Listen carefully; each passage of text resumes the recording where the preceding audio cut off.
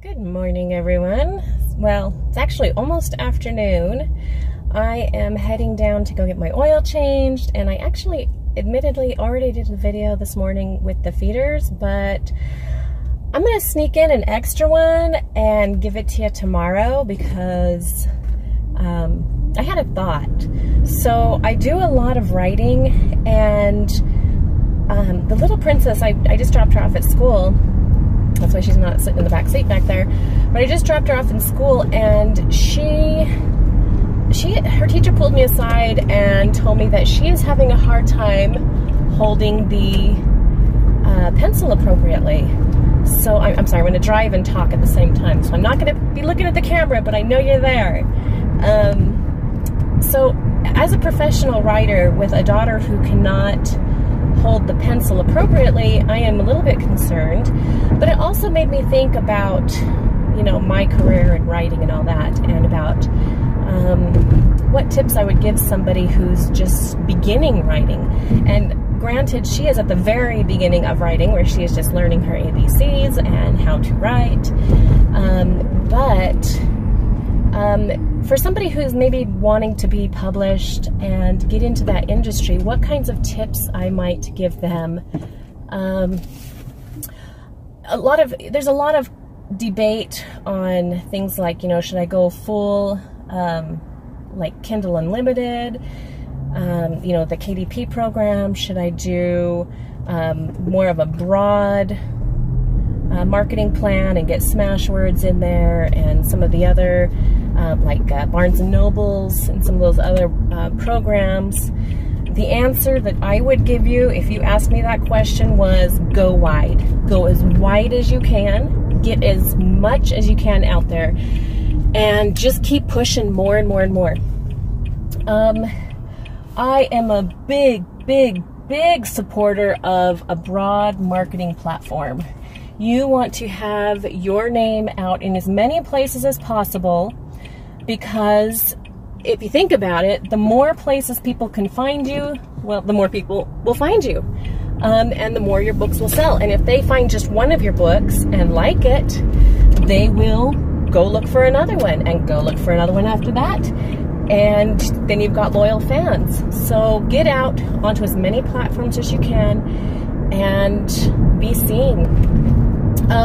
Languages, if you want to get into multiple languages, fantastic. The best way that I have found to do that is to get on BabbleCube and find translators. And the way that that works is the translators you don't have to pay them up front. They will actually get a cut from your book sales. So you sign a contract, and for so many years after I think it's like 3 to 5 years, I can't remember exactly, they will take a percentage of your sales. But if you didn't have that translator, you would not be making those sales. So you need to look at it like that. Because when you're thinking about it, you're like, oh my gosh, do I really want to give 50% of my sales to a translator? Well, if you didn't have the translator, you would not be making that extra 50% in those languages. So that's how I look at it, and I have now got my books into multiple languages and do very well with that. So because there's a lot of foreign language markets that are out there that are not as saturated as the English-speaking market. I've never had a traditional publisher request that I send them in an edited copy. So that's always been nice, but I do both traditional and self-publishing. So traditional publishing, great. Let them edit it for you. Let them make the cover for you. They'll do all of it. It's fantastic. But if you're going to self-publish, which is a great way to go, most of my books are self-published, and I make more money that way than I do with the traditional publishers. So, in fact, I've pulled books from traditional publishers. That car is really noisy, I apologize. I have pulled books from traditional publishers to self-publish them because I make more money self-published with my self-published books. So, traditional publishers are great if you're just starting out. If you can't get a traditional publisher, self-publish, you'll do fine. The big thing is just marketing, and I'll give you another video with marketing tips. But you will need to get some editing done. Now, If you have friends who can do proofreading, basically just get as many people as you can, family, friends, anybody that you can beg to read your book and give you tips and pointers and pick up any spelling errors or grammar errors that they see. Do it. Just do it.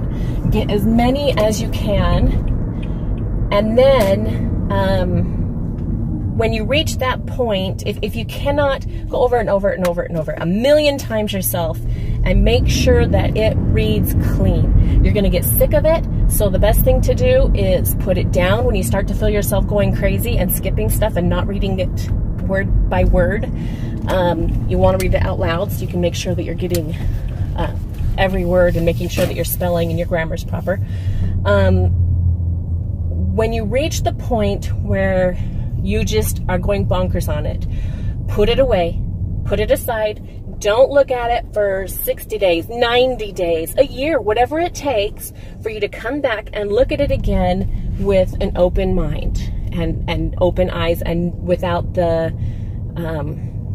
you know, that fog that comes with having seen the same thing over and over and over, so that because you'll actually get to the point where you are, you're reading it the way you think it should be read and not the way it's actually reading. All right, guys, I am back. Okay, so we were talking about book marketing and book sales and starting out in the book industry. I think we covered, oh my gosh, what did we cover? We covered covers and editing and proofreading and language publication platforms. Wow, I think we covered quite a bit, didn't we? I kind of rushed through it all, though. If you have any questions, just leave them in the comments and I will answer them as quickly as I can. Guys, I totally forgot something that is a big deal and a huge help for people who are just starting out in publishing. So, collaborations. You know how, okay, maybe you're not aware, but if you do any kind of, if you're really into YouTube as a community, that is the weirdest thing I've ever seen. There's like some grandpa running down the street with a torch. Is there like some Olympic thing going on that I don't know of? That is so weird and random. Okay, sorry. It just totally distracted me. Collaborations. So if you're into the YouTube community, you've probably heard people say, do collaborations, get with other people that are in your genre and do joint videos, you know, so that you can meet their fan list, their subscriber list, and they can meet your subscriber list, and both of you can like make new friends and subscribers. And so that's a big thing in like anything, actually, any field, any kind of, like even just work, like, you know, a job, you would have to make friends with people. Oh, there's Grandpa again. You'd have to make friends with people and meet people in order to do your job, right? So it's the same thing with like writing books. Collaborations are a fantastic way to get out there and make some money, make some connections. So what you do, I'm going to finish this thought really quick before I run in here. I need to get some more cypress bedding. So what you do is you meet somebody who's in the genre that you want to publish in. And one of the best ways to do this is to look for submission calls, like open submission calls. So you'll find whatever your genre is. So you'll find somebody who says, okay, we're looking for romance writers who, I see these all the time.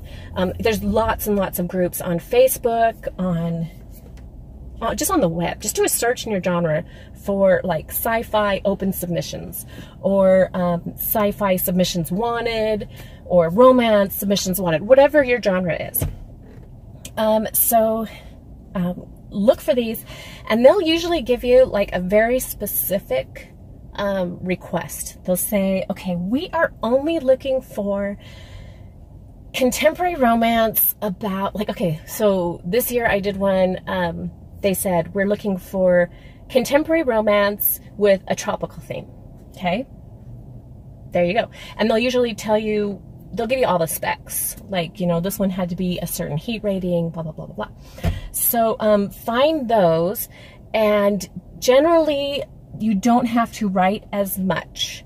Okay, I've seen them anywhere from, like, I've done them for like 3,000 words. Literally, like, they just want like a minimum of 3,000 words. Do you know how easy that is? You can get that done in half an hour.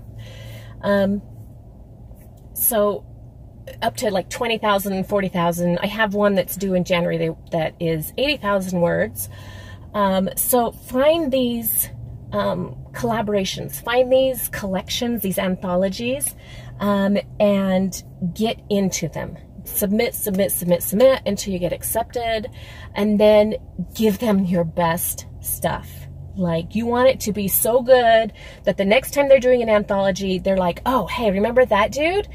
That guy was great. Let's go with him again. And then they'll ask you, they'll be like, hey, can you do this one we're doing on blah, blah, blah, whatever. And I've had requests like that. And some of them have been really strange. Like, I've written in genres that are totally not even my genre because I've had requests.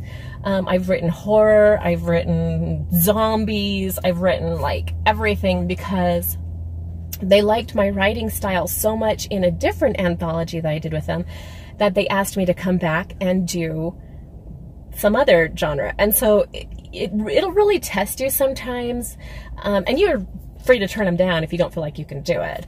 But the best thing about this is you can get your name out there into multiple books, okay? Multiple books that sell really well, because anthologies are selling really well right now.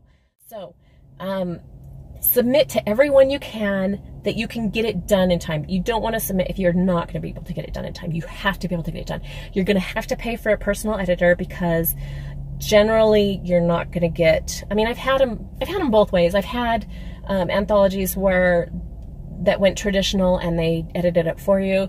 And I've had anthologies that were all self-published authors that we had to edit our own. So find out before you apply so you know what's being requested of you, so you can make sure that you can keep your commitment, because you do not want to commit to something that you cannot commit to, because you'll never get asked back again and you're going to get a bad name in the industry. So don't do that.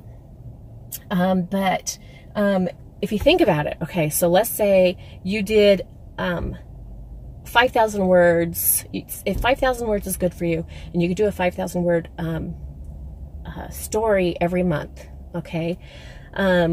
I mean, that's hardly anything. You guys should be able to do that. So get your 5,000 words done in the first 2 weeks, and then get the editing done in the next 2 weeks. And you could have 12 titles published a year. 12 titles. That's 12 times that a reader can come across your name and say, oh my gosh, I like this author. I really want to buy more of his books. And then they'll go look for more of your stuff, and they'll find 11 more of them, and they'll be like, oh my gosh, I really like this author. And they're going to sign up for your newsletter, and then the rest is history. They'll be staying with you. And if you can do this consistently, you build up quite a reader fan base.